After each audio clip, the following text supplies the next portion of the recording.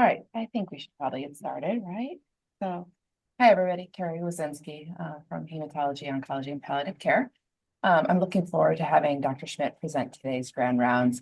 After completing his Bachelor of Science at Xavier University, he attended St. Louis University for medical school, followed by internal medicine residency at the University of Illinois, Chicago, and fellowship in hematology and oncology at Emory University. We were then lucky to recruit him here, and he joined the UW as assistant professor in the Division of Hemonc Palliative Care in 2020, where his clinical work and research is focused on the treatment of multiple myeloma. He is an active clinical researcher leading clinical trials for new treatments for this disease, and he's also been selected for multiple awards, such as the DOM Star Clinician Honor Roll and the Division of Hemonc Palliative Care Clinician Rising Star Award. We were going to have a guest speaker introduce him today. Hopefully, they're able to join on and maybe say a few words at the end, but I think we'll get started. And his talk today, as you can see, is talking about amyloidosis, and I'm excited to hear it, Tim. All right. Thank you so much, Dr. Wazinski. And it's really my pleasure to be here after being nominated to give this talk and kind of raise awareness for amyloidosis. So I've titled my talk Demystifying Amyloidosis. And I think that this kind of goes back to a couple of themes here. I mean, first, for many of us who went into internal medicine, I think part of what drove us to this specialty was kind of the thrill of the medical mystery and being able to piece together the puzzles and figure it out and ultimately come up with a comprehensive care plan for patients. But I think the other part of this too is that these medical mysteries are also very scary and overwhelming for us, especially when these conditions are rare, mysterious, and also potentially life-threatening. And so, what I hope to accomplish today is to demystify amyloidosis and make it a little bit less scary, and also to inspire confidence so that the next time that you come across this in your career, you'll be able to recognize it and be the one to solve that medical mystery. I do have a couple of disclosures that are pertinent to this talk. I was the principal investigator on a trial here with a drug from Alexion, and then Janssen also makes a drug approved for use in amyloidosis, although I'm not going to talk too much about the details of management. So, our learning objectives for today for the audience, what I'm hoping is that you'll be able to understand the origins of AL amyloidosis and how that differs from other types of amyloidosis, because there are many. I want you to be able to recognize the most common clinical manifestations of the systemic amyloidoses, particularly AL amyloidosis, but there are some themes for all of them. I want to be able to improve the early recognition and diagnosis of amyloidosis and ultimately expedite referral to the appropriate specialty so that patients can get treated right away. And also finally highlight that that amyloidosis is manageable, but that it's easier to manage this condition and for patients ultimately to live with that condition when it's caught early. And so to accomplish these objectives, my outline, I'll first go into an overview of amyloidosis with the biology, epidemiology, and how you make a diagnosis. We're going to review some of the signs and symptoms of the most common presentations of AL amyloidosis. We'll go through some data regarding outcomes for kind of early versus late recognition and highlight a couple of exemplary case presentations. And finally, go through some of the basics of management to highlight that last point. So with that, we'll start with an overview. And so kind of quite simply, what is amyloidosis? This is a terminology that is kind of a grab bag term for a variety of different conditions that essentially go back to this extracellular tissue deposition of proteins that are typically found within human plasma. These are typically normal proteins that are supposed to be there, but for whatever reason, these are structurally unstable. And this causes them to try to find stability by complexing with other unstable proteins within the organ tissues that ultimately leads to this infiltration of the organs and leading to organ dysfunction. Now, This can result in a very wide range of clinical manifestations depending on which organs are involved. And I'll go into some of those in a little bit. In terms of how we think about this and make a diagnosis, Congo red staining of an affected tissue is really what we're looking at. And so this goes back to board style questions where you do a Congo red stain of this and you see these waxy hyaline deposits, typically in the vessels here. And when you expose this to polarized light, it has this characteristic apple green birefringence that often shows up on test questions. But I think for many of us, we were never really hoping to see this in the real world. Now, why is it called amyloidosis? And I've put this slide on here just to kind of give a little bit of a visualization. And ultimately, it was Dr. Rudolf Virchow who coined this term, as with so many other things that he was able to do back in the early days of medicine. And so when he was looking at autopsy specimens of cases that sort of had a similar type of final occurrence.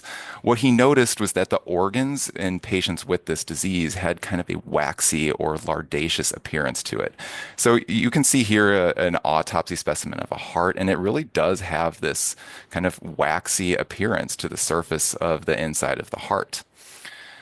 And when he stained this and looked at it under the microscope with iodine, essentially saying it looks kind of starchy, it did stain kind of similar to this. Now, this is actually a microscopic picture of a potato. This is not actually an organ, but it did look sort of similar to this when he looked at it under the microscope. And so amyloidosis really goes back to the Greek and Latin words for starch. And I do think that this helps to visualize or get some sort of an idea of what is happening in the organs when this process is carried out. I alluded to the fact that this is a general term. There's a lot of different types of amyloidosis. There's at least 30 subtypes that have now been identified. The three that are most commonly going to be encountered are going to be AL or light chain amyloidosis, which I'm going to spend the majority of my talk speaking about. Transthyretin or TTR amyloid tends to be with a lot of cardiac involvement. This comes in two different forms. There's a wild type and a hereditary form. And then AA, which is an autoimmune or inflammatory type of a syndrome with deposition of serum amyloid A. These are the most common amyloid subtypes, but the biggest thing to take away from this slide is that this is a variety, and it is important for us ultimately to distinguish between these when we're thinking about management.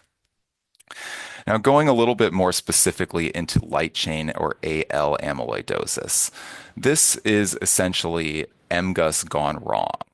And the origin of this is that it is a plasma cell disorder.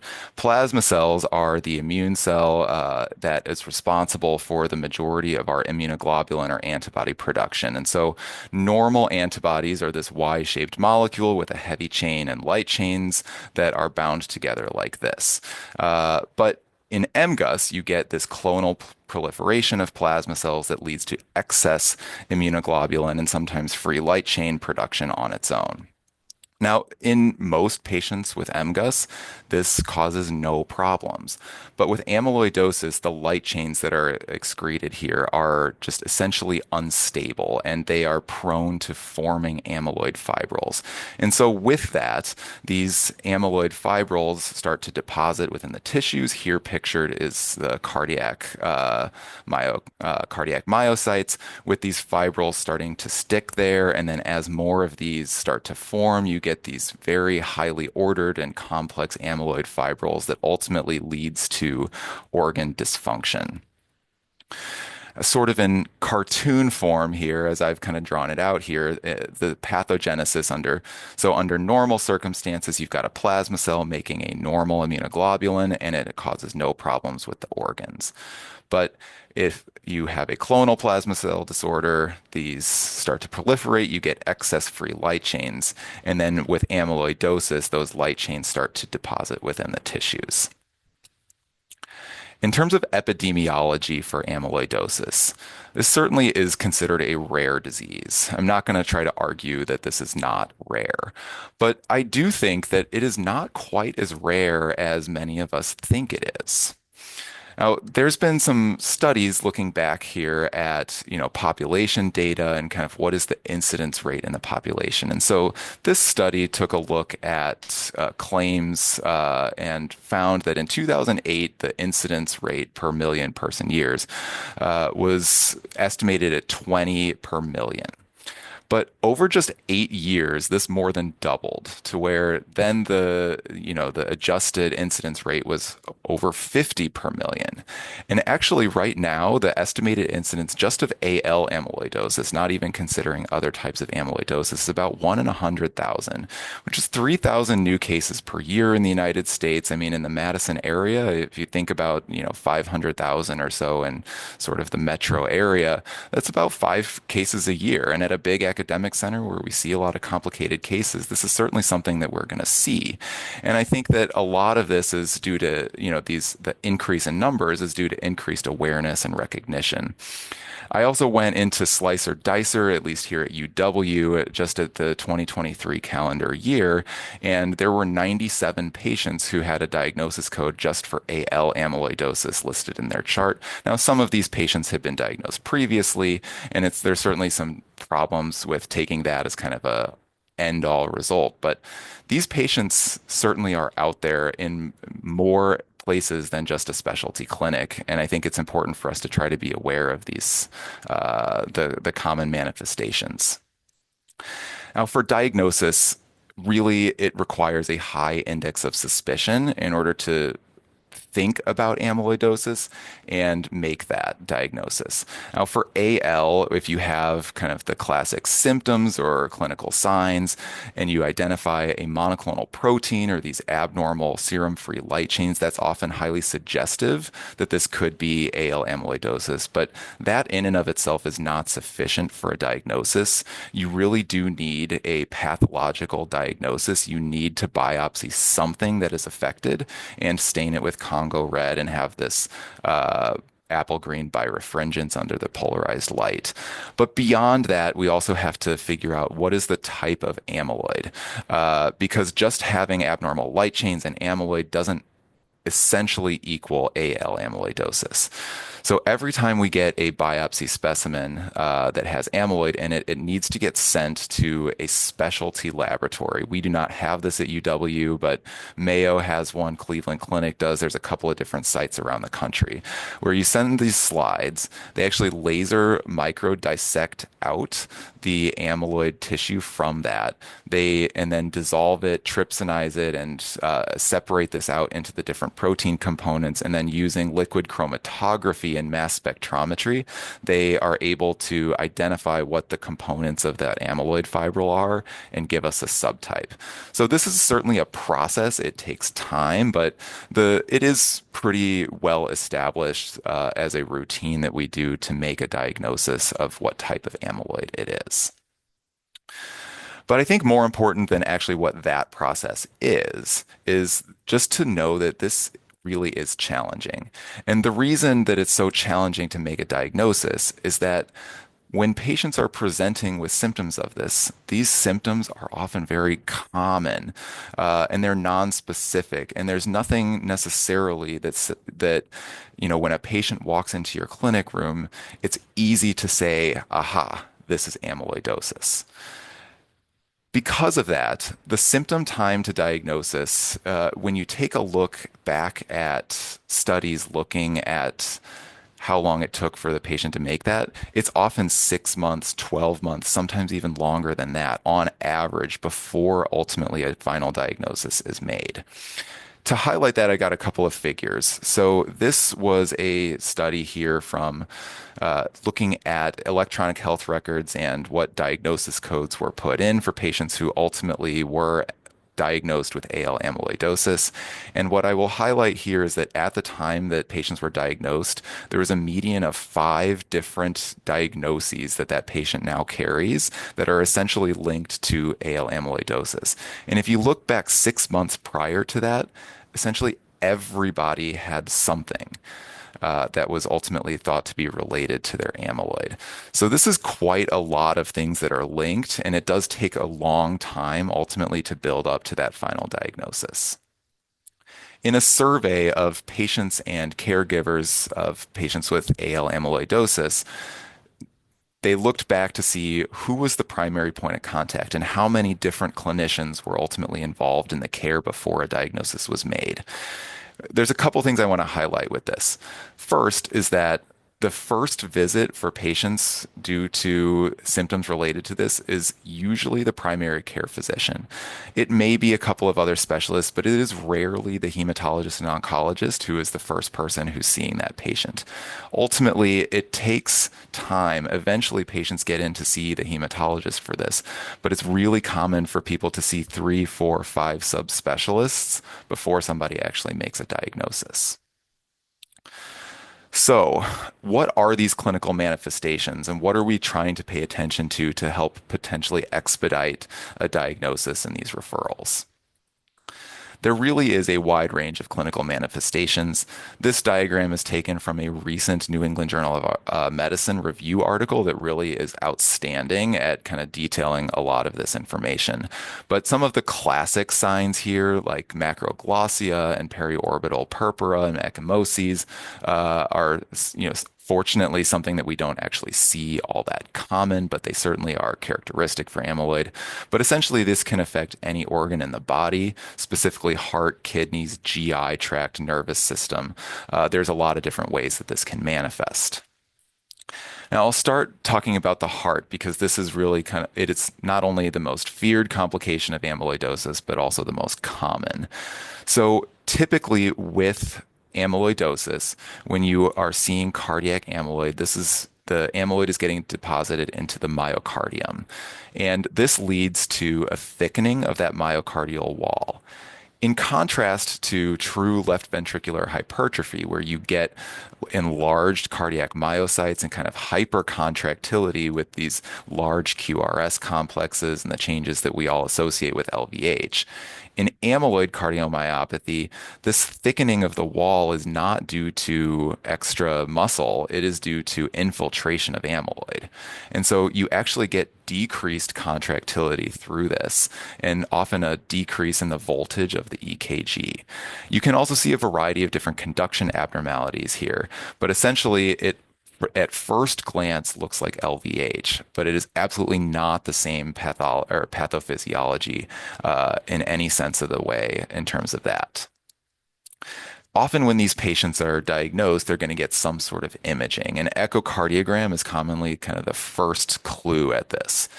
So on an echo, as you see it beating here, you've got thickened walls. Here you see the interventricular septum that is very thick, but it's not moving much. And overall, the contractility here is really quite poor. If you calculate an ejection fraction on these patients, it is often normal, but that is not because the contractility is normal. It's due to the decrease in chamber volume that ultimately leads to that percentage being about the same. Now, echocardiogram is often highly suggestive of amyloidosis, but it is not the most sensitive or specific. Cardiac MRI really is the standard for looking at characteristic appearance of cardiac amyloid. So what we're seeing here is an amyloid heart and a normal heart. And the classic description is this delayed gadolinium enhancement. Under normal circumstances, when the contrast is injected, you see this pretty early lighting up of the myocardial wall, and over time that starts to dissipate. You actually see the exact opposite in amyloidosis. So you don't really see that filling up of the wall until late. This really is quite different than a normal heart and is highly characteristic, and they will usually point that out on an MRI if you order it. PYP scans are another commonly ordered test to look for cardiac amyloidosis. And the reason is that this is a nuclear medicine test with a radiotracer that is highly specific for transthyretin or atypical transthyretin fibrils that accumulate in the heart. And so you can see here as there is more uptake on the PYP scan that the myocardial wall starts to light up with this radiotracer. Under our ordering system, this is ordered as a nuclear medicine amyloid SPECT scan, but I will highlight that this test is only useful for transthyretin amyloidosis. I have seen several cases of patients in my clinic who have AL amyloidosis who have a grade 2, which is technically a positive scan for this. And I've also seen cases where you're suspicious for amyloidosis, you do a PYP scan, it comes back negative, but it's due to a different type of amyloid. And so you're not usually going to be able to pick it up. And so that's why, I really want to exercise caution with these scans. They certainly have utility within the right clinical context, but I certainly don't want to make it look like this is, the best test for diagnosing cardiac amyloidosis, particularly if it's not TTR amyloid. In terms of cardiac symptoms, what some of the most notable clinical scenarios that we would run into are patients who are presenting with some sort of idiopathic, poorly explained heart failure or cardiomyopathy that has a negative ischemic workup. Often it's going to show kind of a restrictive or infiltrative pattern on the imaging, but most of these patients are often still getting an ischemic workup that comes back mildly abnormal or not abnormal at all, but they still have this chronic elevation and a low level troponin. This would be a highly classic presentation of cardiac amyloidosis. What we don't see quite as often, but if you do see this, this is highly characteristic. You would have evidence of left ventricular hypertrophy on the echo, but a low voltage EKG. This is instantly kind of a buzzword to think of an infiltrative cardiomyopathy like amyloidosis. And then really, I think you need to see a lot of patients with this to start to pick up on this trend, but certainly patients who have heart failure and are fluid overloaded, but the BNP is disproportionately elevated to the degree of fluid overload is something that makes our cardiologist often think about this. Now, moving to the kidneys, which are the second most common organ that is involved with AL amyloidosis, the amyloid deposition in the kidneys typically happens within the glomerulus. So here on the microscope, you've got a normal kidney with a glomerular wall and a mesangium. This is healthy. But amyloid kidney, you really see a lot of this waxy deposit infiltrating within the mesangium of that glomerulus. And you can also see some of this in the arteriolar walls. Ultimately, when you get so much amyloid buildup here, this just essentially obliterates the glomerulus and it opens up the basement membrane, and you get albumin pouring into the renal tubules. Now, eventually, at first, this is just proteinuria. You might see some foamy urine, but over time, it does lead to a loss of that albumin. You get fluid overload, anasarca, and ultimately, over time, this does lead to a worsening of the renal function with a rising of that creatinine. In order to manage this, patients are typically going to be diuresed. This sometimes can make the creatinine worse. And if you just think about this in context of what else is going on in the body, you often have low output heart failure that is going on with this, which can also complicate the same things that the renal failure is doing. And it becomes this kind of challenging fluid dynamic that is very difficult for patients often. Now, notable kind of clinical scenarios that might make you think that this patient could have renal amyloidosis. If somebody has nephrotic range proteinuria that really does not have an obvious cause, this would be a very clear indication to just screen them for abnormal light chains, a monoclonal protein. Could this be amyloidosis? And even if a patient has a couple of reasons, or one or two reasons for why they might have nephrotic syndrome. For instance, you've got a patient who has diabetes and hypertension, and they've been managing this for years. Or if you know, what I'm not talking about here is your patient with an A1C of 13 who all of a sudden has proteinuria. This is somebody who is doing what they're supposed to do. They've got a relatively well-managed hypertension or diabetes, but the proteinuria is worsening despite appropriate therapy with an ACE or an ARB. This would be a scenario where maybe think about checking for something else. Another circumstance would be if, for whatever reason, you get a patient and you're checking their protein electrophoresis and immunofixation, free light chains. If that comes back abnormal and you get a urine protein electrophoresis, typical MGUS is going to have a little bit of protein, but it's all light chain. This is Bence-Jones proteinuria. But in amyloid kidney, you tend to see a lot of albumin spilling out into the urine as the predominant protein, and that would be kind of a signal for us to think this could be amyloidosis. In the GI tract, this is also relatively common, but the manifestation really depends on the location where you identify the amyloid. So going kind of from top to bottom, if you get esophageal infiltration, this can lead to dysphagia and some swallowing abnormalities. Upper GI tract often leads to some dyspepsia. If you get gastric ulcer, there can be amyloid there. You can get bleeding. There can be polyps that do sort of the same thing. You can see here an endoscopic view of the stomach with a lot of amyloid deposition or an infiltration as these kind of nodules. In the lower GI tract, this can certainly lead to profuse watery diarrhea. You can get a protein losing enteropathy. Sometimes this combines very poorly if you've also got renal involvement and you're losing albumin that way. It really just depends on where that involvement is and how extensive it is. You can also get hepatic amyloid, and typically, if there is liver infiltration with amyloid, this leads to painless hepatomegaly. If it gets large enough, it certainly can be uncomfortable. But the pattern that you would see on the labs with hepatic amyloidosis is this isolated elevation in alkaline phosphatase, which is a little bit of a bizarre abnormality. But you do not tend to see any real elevation in your transaminases. The bilirubin is typically normal. GGT would be elevated, but that's not a typical part of the panel that we're running on a CMP. So GI manifestations really depend on the location. Neurological amyloidosis is another common way that this manifests. The challenge with neurological amyloidosis is that it's really hard to distinguish a classical characteristic pattern for this if you don't have any other symptoms of amyloid. But peripheral neuropathy, if it is due to amyloid, is often painful. Sometimes it can be pretty rapidly progressive without any sort of underlying explanation for why this is happening. But beyond the peripheral neuropathy, it often is concurrent with autonomic dysfunction, which does sometimes help give us a little bit of a clue as to what might be going on here, particularly if there are other symptoms involved.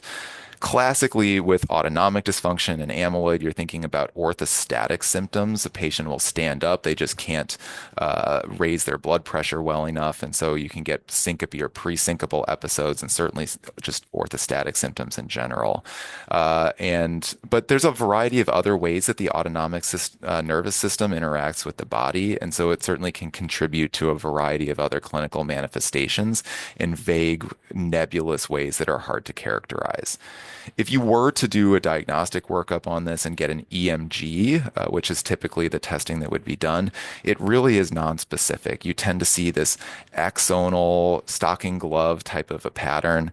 Sometimes what you will see is a concurrent entrapment neuropathy related to carpal tunnel syndrome or due to amyloid deposition somewhere else. But it is really kind of difficult to identify this when it's present just on its own. Sort of alluded to this in the last slide of soft tissue deposition. This is very common. You can certainly see carpal tunnel syndrome related to this, but the classic periorbital purpura and macroglossia are often thought to be soft tissue related. In terms, just amyloid is depositing into the walls there and making it friable with the purpura. There can be a coagulopathy as well.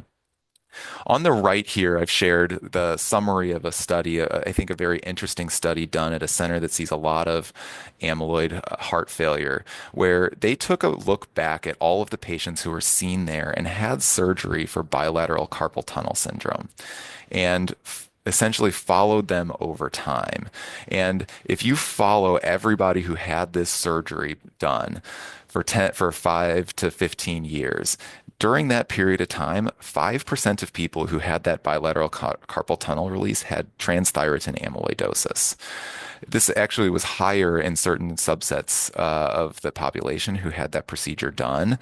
And I think that this shows that if you think about this and look for it, you're probably going to start catching it. And this is something that if you've got a patient who doesn't have any other symptoms, but they've got unexplained carpal tunnel syndrome, to me, it seems like a no-brainer to just go ahead and get that biopsy at the time that the release is done. Aside from this, I will also highlight that it's rare to have isolated organ involvement. It's very common for there to be multiple organs that are involved at the same time, and this can lead to really challenging clinical scenarios, but also can give you some clues to diagnosis. If the heart and the kidneys are both involved, it can lead to challenging fluid dynamics. If you get the heart and the autonomic nervous system that are involved, recurrent syncope and orthostatic events can often be a common recurring theme. You can get easy bruising with the soft tissue deposition and coagulopathy.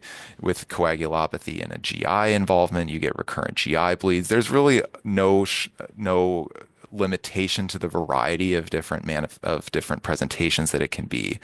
But there certainly are some themes. I hope that I've been able to highlight some of those here so that this diagnostic challenge perhaps becomes a little bit less scary and less complicated, and that there's some patterns that start to emerge. With the next part of my talk, I'd like to go through some of the outcomes in terms of why it is so important for us to recognize this early. Sort of a punchline to this, at the beginning is that survival depends on an early diagnosis. Looking back at a series of patients from Boston University, what they found is that if the time from initial symptom presentation to diagnosis was more than 6 months, patients had a significantly worse overall survival. Now, many of these patients are still able to survive for quite a long time, but there is a difference there in terms of expected survival or probabilities depending on how long it takes to make a diagnosis. Over here on the right was another high volume amyloid center within a cardiology clinic where patients here presented with isolated cardiac involvement, no other kind of symptoms that might clue people into what was going on. And from the time that there was an initial suspicion that there might be cardiac amyloid, if they just looked at the time to when free light chains were checked, if that time was greater than 6 weeks, patients actually had a worse overall survival. And I think that this highlights that any case of amyloidosis where you're suspecting amyloid or cardiac amyloid, these patients should all be getting free light chains checked. And, even if they are not ultimately found to be the reason for this, you don't want to miss it. Our staging systems for figuring out the prognosis of amyloid are really dependent on how much organ involvement there is. Specifically, heart involvement goes into a variety of different staging systems. Here I've highlighted the Mayo Group system, which is commonly used in hematology clinics across the country. And the factors that are involved in survival for this are how many abnormal free light chains there are, and then extent of cardiac involvement and dysfunction here. And the more of these risk factors that you build up, and the worse the heart gets, the longer that it takes that amyloid has to build up in the organ, the worse survival is expected to be. Beyond just survival outcomes, organ dysfunction can sometimes be hard to overcome, especially if it's quite extensive. So seen here on the left, this is a series of patients with renal amyloidosis, and what we're looking at here is the rate of dialysis dependence based on how severe their renal disease was. And so if you had early renal involvement, essentially nobody required dialysis. But if you start to build up risk factors in terms of how bad the kidney is involved with this, and it'll get to stage 3 renal involvement, at least in this series from 10 years ago, the risk of dialysis at 2 years was over 50%. So even with therapy, it can sometimes be hard to overcome really serious organ involvement. Over here on the right, this is actually a figure from a paper that the point of the paper was to highlight that if you have really extensive cardiac involvement with your amyloid, you can see improvement. And I'm not going to argue with that point here. But what I do want to highlight with this graph is that if you take a look at survival in patients with stage 3B, so very advanced cardiac amyloidosis, based upon whether their organ improved or not, it really does make a difference seeing an improvement in the organ function. But what I'll highlight is that a majority of patients in this series did not have a cardiac response. They either had stable disease or actually got worse. And so it's much easier to kind of see improvement and make a difference if you catch this before the organ is severely compromised. So I'll highlight a couple of examples. These are examples that are taken from my experiences in the clinic, but none of this is specific patient data except for one figure that I'll show. So the first example here, you've got a patient who is presenting to their primary care doctor. They just feel like work has been more difficult. They've had a lot of headaches and concentration lapses, fatigue, and this kind of weird thing, the urine just seems to be foamy. And so the primary care doctor hears this foamy urine, checks a spot urine protein creatinine, and finds that that ratio is elevated. And this is a patient who doesn't have any risk factors for this. Ultimately, then the confirmatory testing with a 24-hour urine test with a urine protein electrophoresis is performed that confirms this is nephrotic range proteinuria, and there's an abnormal elevation of serum-free light chains with a ratio of about 15 to 1. Normal would be a 1 to 1 ratio in this circumstance. So at this point in time, the doctor knows something is wrong. Appropriately, the patient is referred to hematology, where a further workup is pursued. A bone marrow biopsy is done and shows that there is a small but detectable population of plasma cells. We look for amyloidosis, but it's not there. And ultimately, a kidney biopsy, biopsying the affected organ where there is this proteinuria, shows a classic appearance with the Congo red staining positive, and mass spec shows that it's AL. Now, this time period, but from when the patient initially presents and is referred and treatment gets started, this is essentially an optimal time period that we might expect. And if you add up essentially, all of the time that it takes to get to the different specialties, wait for results to come back, and ultimately start treatment, this is about 2 months. This is the only kind of real data from this. It is a patient who took 2 months to make a diagnosis. And in this circumstance, what we saw was that that patient's free light chains went up by 33% in that 2 months. And this was a scenario where this patient's primary care doctor really was the hero and saved this patient from ultimately requiring dialysis. And this really goes to show that just listening to the patient, following up on this proteinuria really did make a difference. The second example, all of this is made up, but I do think that there's a lot of common themes here. So here you've got a patient who has kind of progressive dyspnea on exertion for about 6 months. This is maybe somebody who's a little bit older gentleman, but still active and still working. Goes on a 3-mile hike or so several times a week, and now it's getting harder to go more than a mile or so. Eventually, they get around to seeing their doctor. They've got some mild edema, normal vital signs, normal labs. The patient is mentioning, gosh, I just haven't been sleeping very well. I've kind of been overworked. I think I might just be getting a little bit older. Because there's nothing kind of clearly abnormal, close monitoring is recommended. I certainly think that's a reasonable suggestion at that point in time. But this patient's symptoms don't improve. They ultimately present to the ER with worsening shortness of breath. An EKG shows just some very mild conduction delays. There's a low level elevated troponin. An echo shows a normal EF, but there's some enlarged left ventricular hypertrophy. A stress test is negative. The patient is discharged, follows up in clinic. And at that point in time, the attending has reviewed the echo. Now there's a comment on the echocardiogram that shows maybe a strain pattern that is suggestive of amyloidosis. This doesn't get ignored. It gets followed up with a PYP scan.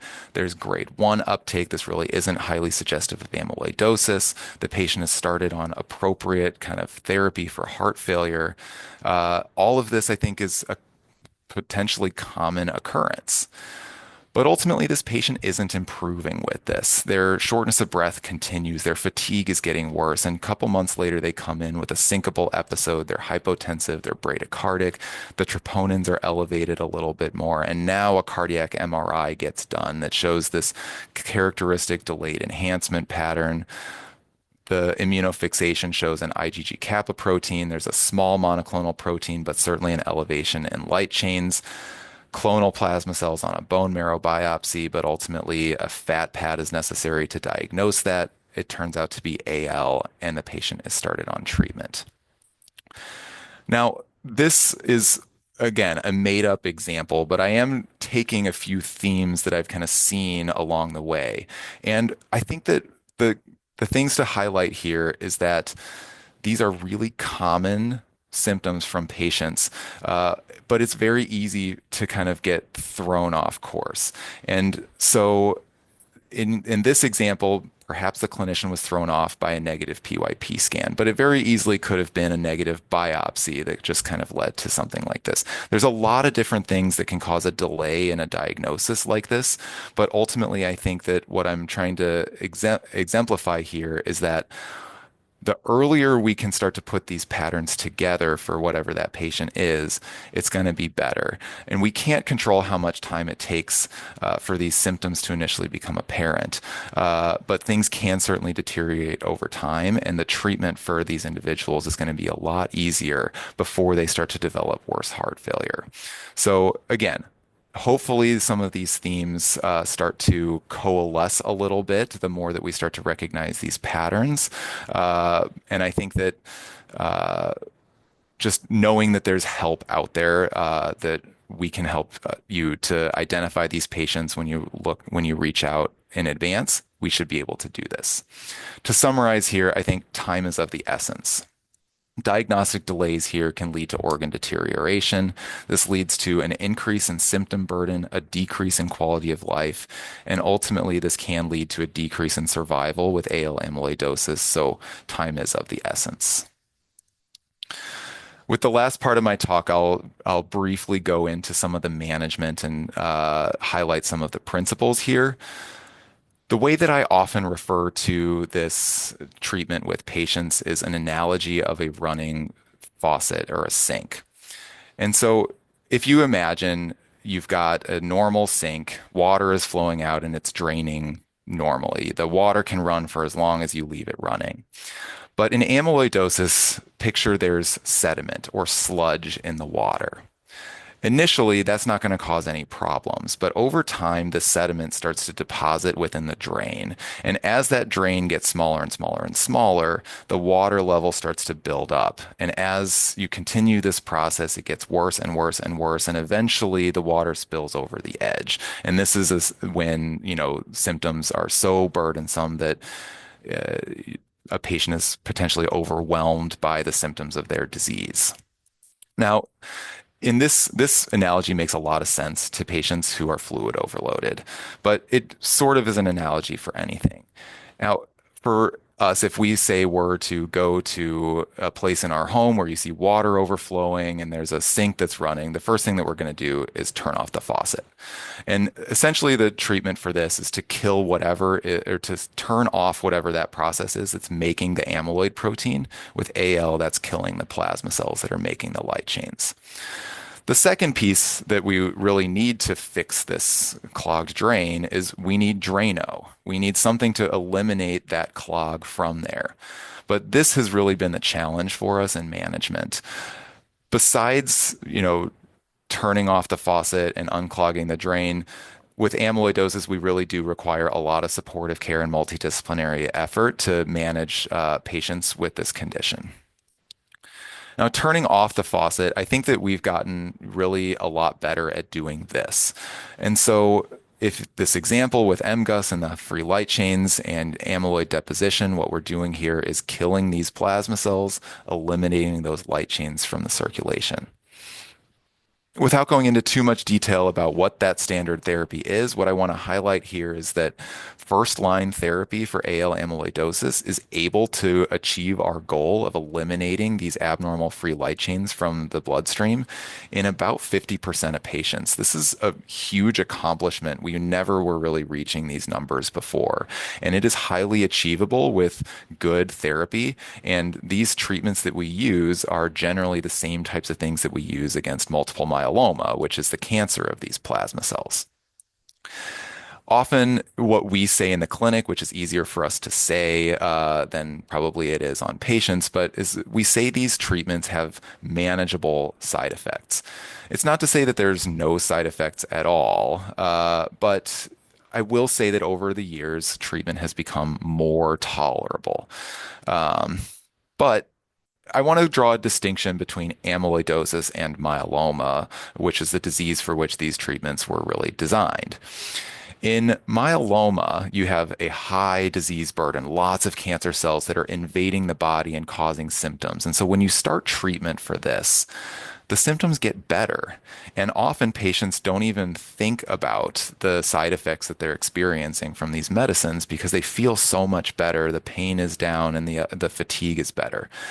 But in amyloidosis, this is really a low disease burden state. The symptoms from the disease are not at all due to the cells themselves. It's all due to the amyloid deposition within the organs. So when we kill these plasma cells, that helps to reduce the free light chains, but it doesn't actually result in any immediate improvement in somebody's symptoms.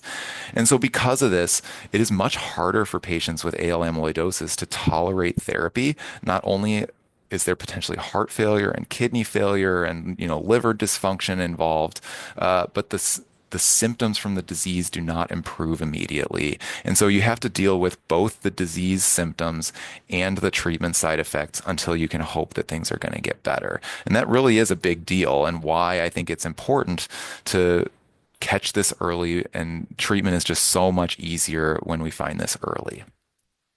Now, organ improvement is certainly possible with AL amyloidosis. And with these better responses that we're seeing with modern therapy, we also see an improvement in the percentage of patients who are going to have improvement in their cardiac function. This also is leading to a better long-term outcomes in terms of delayed time to organ deterioration, needing second-line therapy, and ultimately mortality is probably going to be improved by this as well, but it takes a really long time. Now, this series, I believe, is from Stanford, and what they showed here is that among all of their patients who got to a normal free light chain ratio, eventually most patients had some sort of organ improvement. But when you take a look at the median time to when that organ response was seen, it is almost a year from the time that treatment is started. And very few patients start to see substantial organ improvement before they reach this remission or kind of clearing out of these abnormal free light chains. And beyond that, really full organ recovery is not guaranteed.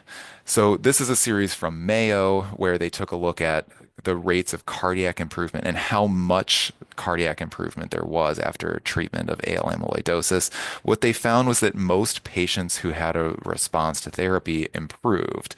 But if you take a look at the blue box here, this is a complete cardiac response. It's less than 15% of patients who actually have a normalization of their heart function. So some residual damage related to the amyloid is kind of expected.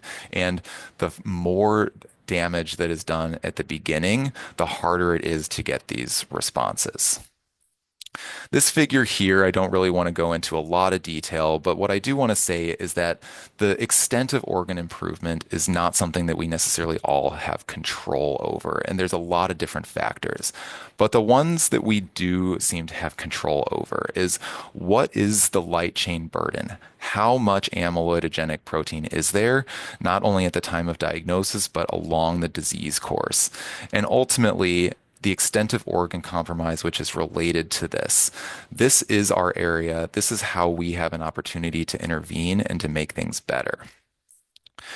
With TTR amyloidosis, there's a variety of different disease-modifying therapies that are either currently in use or in the pipeline. I don't want to spend too much time on this other than to highlight that we are also able to turn off the faucet in TTR amyloid. Unclogging the drain has really been that challenge. So once we have eliminated these free light chains from the circulation, removing those amyloid fibrils from the tissues, as of right now, essentially we're just relying on the body to heal itself. But there's several molecules that are in development looking at how to use drugs to remove these fibrils. And so there's a couple of these that are in development for AL amyloid. Here is a figure of one of these molecules that essentially binds to the amyloid, and through the FC portion, macrophages are able to recognize this and they are able to go in and try to remove that amyloid from the tissues. Now, on the left, this is a preclinical model for one of these drugs, anselamimab, that if you take a look at amyloid deposition in some of these cell cultures with a inactive antibody, nothing happens. But when you add in this other drug, you see the red labeled macrophages going to kind of chew that up. With bertamimab, there's actually a lot more clinical data about this molecule. And they've run a phase 3 study looking to see if adding this to standard therapy improves survival.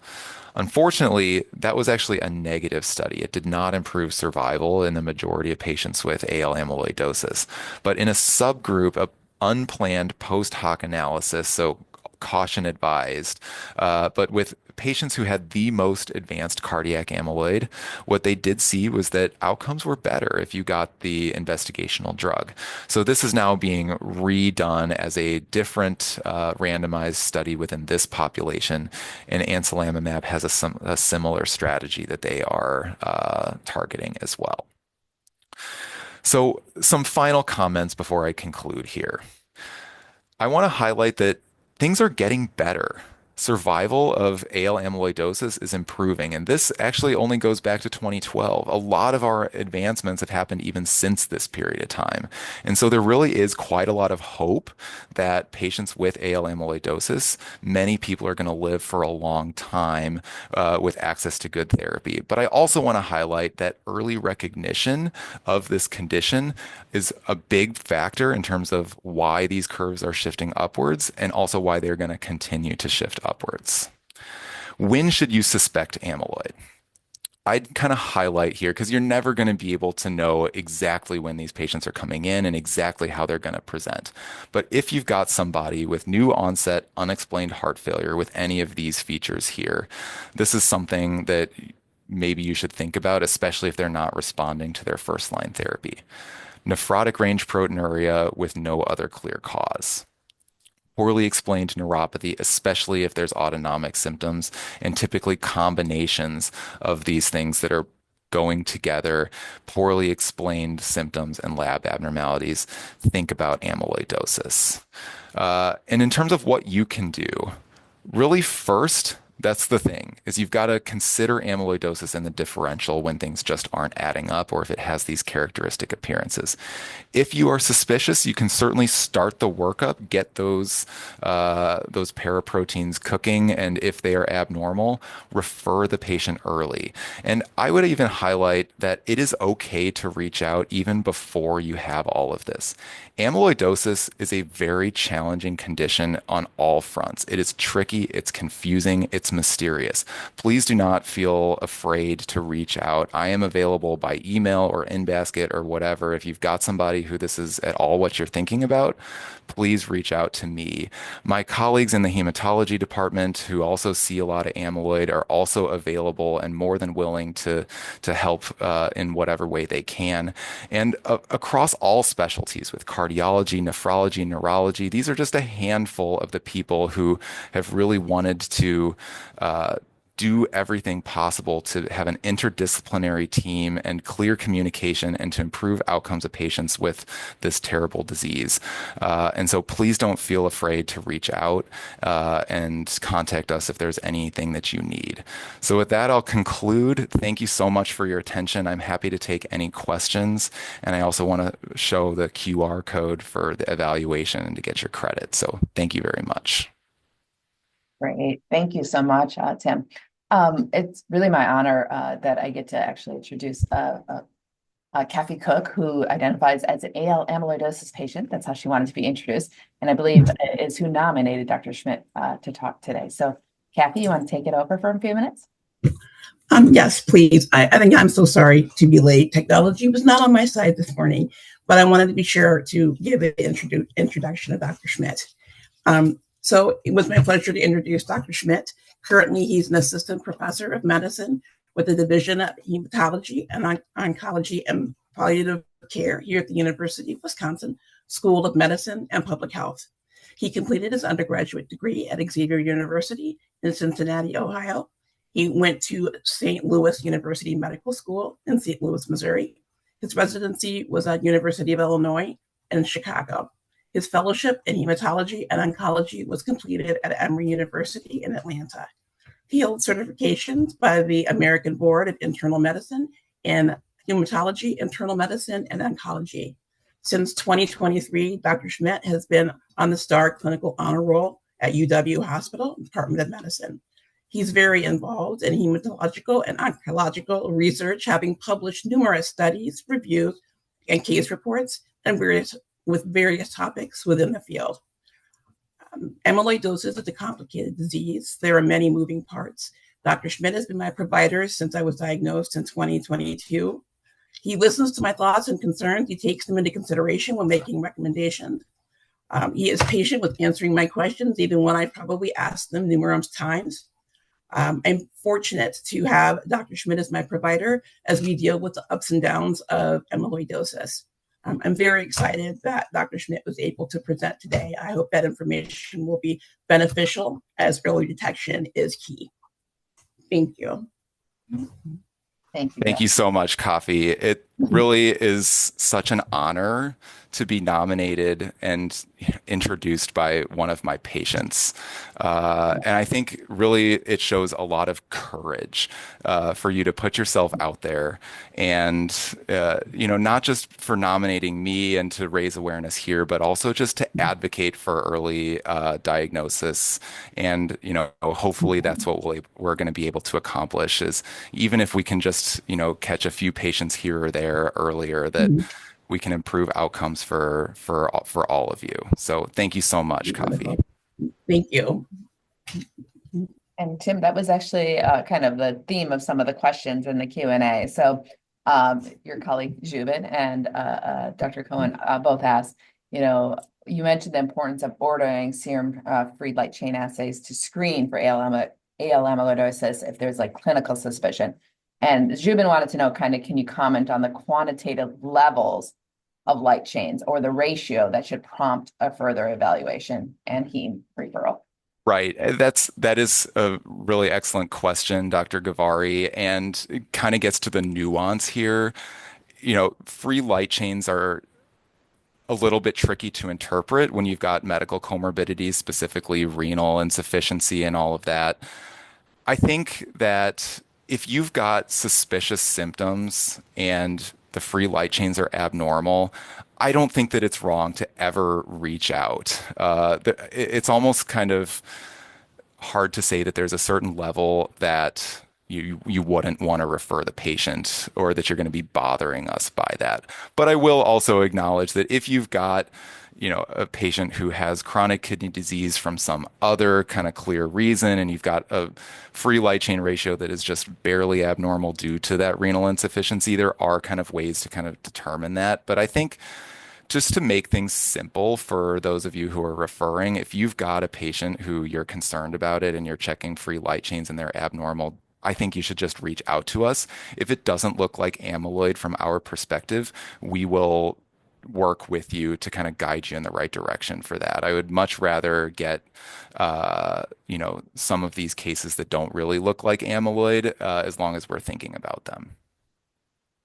Then I think one quick question was, is cerebral amyloid angiopathy and/or Alzheimer's disease increased in these patients? That's another great question. And I had kind of meant to highlight that when I was talking about neurological amyloid, and I didn't. There is no connection with Alzheimer's or cerebral amyloid angiopathy with systemic amyloidosis. And, even though it is a very similar kind of pathological appearance, when you look at a biopsy, they are not at all related. AL amyloidosis does not cause either of those. Perfect. Great clarification. Well, excellent talk. Thank you so much for joining me today, and Coffee for the kind introduction, and I hope everybody has a good day. Thanks. Bye. Thank you.